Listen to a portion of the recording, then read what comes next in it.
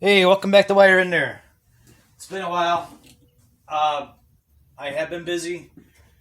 I'm still waiting on the block to come back from the machine shop. It's April 5th, 2021. There was a problem with the bearing set that the guy got. There was four and a half thousands of oil clearance, and that's out of spec in the book. It's desired to be 1 to 2 thousandths on your main bearing clearance. Um, I think you're allowed 2.5, and that's it. I'll talk about that when we're putting it all together more in depth. But mine was at about 4.5, and if you don't know, that's where your oil pressure comes from in your main crank. Um, and if you got too wide of a gap in there, the oil is not pushing through with enough pressure. So the guy ground the crank right. He gave me the numbers. I ran the numbers through the book, and I confirmed everything that he did it right. As far as grading the crank journal sizes, the pistons, the connecting rods for the pistons were right dead on, like right in the center of the range by the numbers in the book. I can't remember those off the top of my head right now. But the bearing set that he got, oh, the rods are perfect. If I didn't mention that, yeah, the rod journals were perfect. The bearing sizes were perfect. The clearances on them.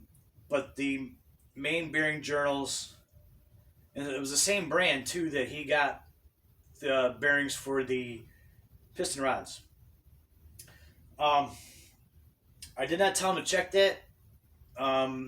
Actually, I had already paid for the engine work. I'll talk about that in a minute. Um, and we are just talking about oil clearances and stuff. Dude, we are just bullshitting. And I guess out of his own curiosity, the day I was supposed to pick it up, before I got there, he put the caps in and did use the dial bore, and that's how he knew it was out of spec. And I don't know why he wouldn't have done that anyway. But anyhow, so that's what he called me. So, God, it's been 7.5 weeks. I think Friday's going to be 8 weeks since the block's been gone. Supposed to have it about 4 weeks ago. But anyhow, I have been keeping busy. I'll show you here. With everything being cleaned on the engine and everything, this is all full caked of mud. I mean, if you look under the hood here, it was really bad. The hood is not even nearly as worse as the engine was. So I went to go start cleaning these wire looms. So I'll show you here. It's really bad on these for the winch. You can't get in there and clean it. There's no way. Those weren't bad, but this is 2003, right? So I started coming in here. With the rag, I just attempted to clean it, and it all started crumbling in my hands. So I had to go through here and replace it. It's not hard. It only took me, I don't know. Well, it was about 3 hours. Getting the old stuff off is the pain in the butt. But there's a few different sizes. I'll show you here. This is my main, alternator and starter wire here. And my grounds are in the other end of this. I'll go through the sizes, what you need to replace everything. That's 3/4.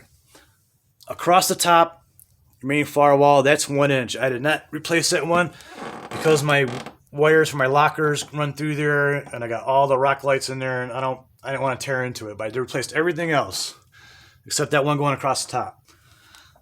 But that is 1 inch going across. Comes down to 3/4. It goes back to 1 inch again here. 1 inch going this way on the other side. This short piece is also 1 inch. That goes to your crank position sensor. I mean, what the hell? I can't think of it now. Yeah, crank. Anyhow, it branches off of 1 inch, 3/4, 1/2 inch, down to 3/8, and then down to 1/4. I even did some of these brake sensors, replaced a lot of loom there because you touch it and it was falling apart. It would just crumble. So that stuff you can get on Amazon. It's pretty cheap. You get it in big rolls, 10 foot, 20 foot, 50 foot. I'll tell you, 10 foot's not enough. 50's way too much. Get the 20 foot and you'll still have leftovers. I bought a couple of 50 foot rolls and I got way too much left over. I don't know what I'm even going to do with all that stuff. Anyhow, I'm just giving you guys an update on everything with the block, and I'm running out of things to do with the Jeep. Here's what I got finished here. These are the original pipes. There's no new parts here except for the fuel injectors. I don't know why it's not focusing now. There we go. I'll tell you something about the fuel injectors though. No, I did not paint them. I found them on eBay. They're $80. And actually, these are 4-port injectors. If you don't know what I mean, it's on the other end here where the gasoline shoots out of there. The original stock ones is a single hole, and it shoots out in a straight line like a squirt gun. Well, if you get a 4-port injector, it has 4 little holes on the other side where the factory has 1. So it comes out more as a mist, like throwing water into a fan. And it burns more efficiently. It's a smoother idle, better throttle response. I don't care what anybody says. I did it, and it works for me really well. So I ordered these again.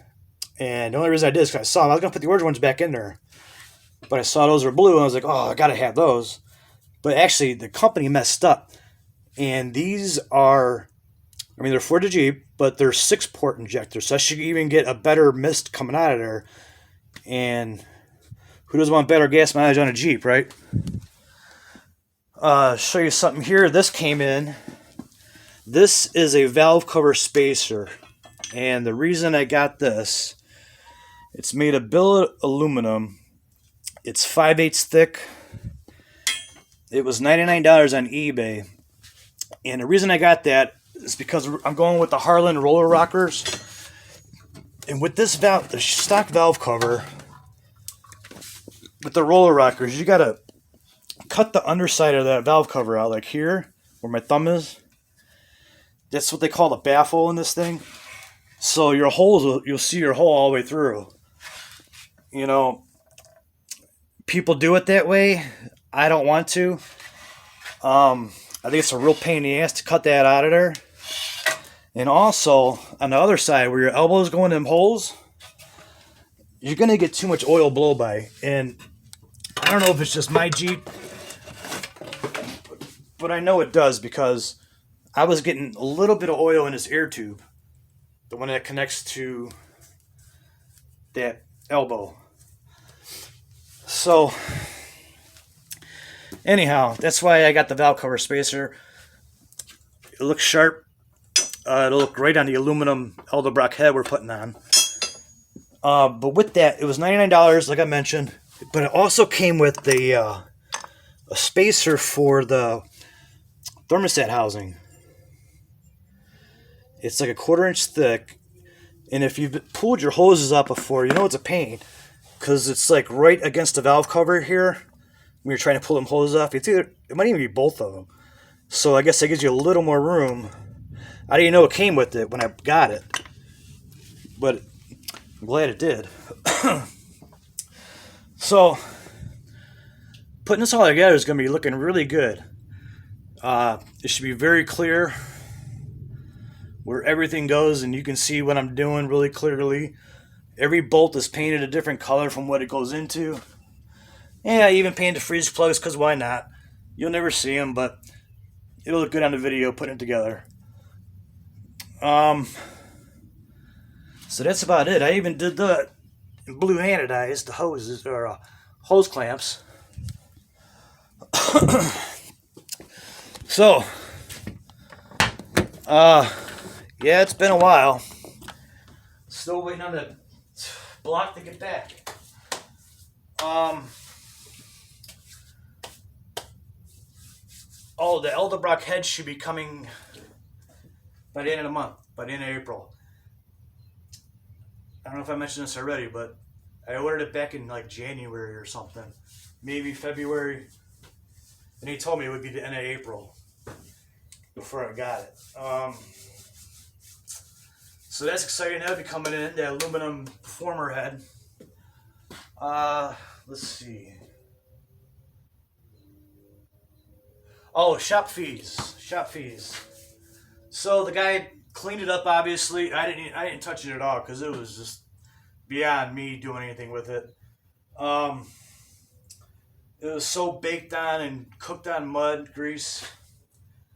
Anyway, he cleaned it, magnafluxed it, bored it out 30 over, grinded the journals on the crank. I think that might. Oh, you assemble my pistons because you got to heat the pins, I think, and then press the pin or heat the rod, press the pins in to assemble the pistons. I'm gonna do the rings myself. I'm gonna go over that with you.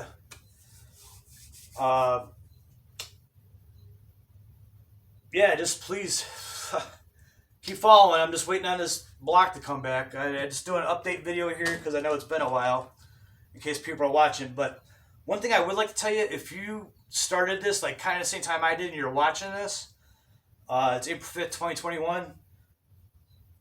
And you go to start this thing for the first time, if you're ahead of me in this project because it's taking me too long, man, I hope before you start it, Google the proper braking procedure on your camshaft. Flat Tampa cams have to be broken in a very specific way.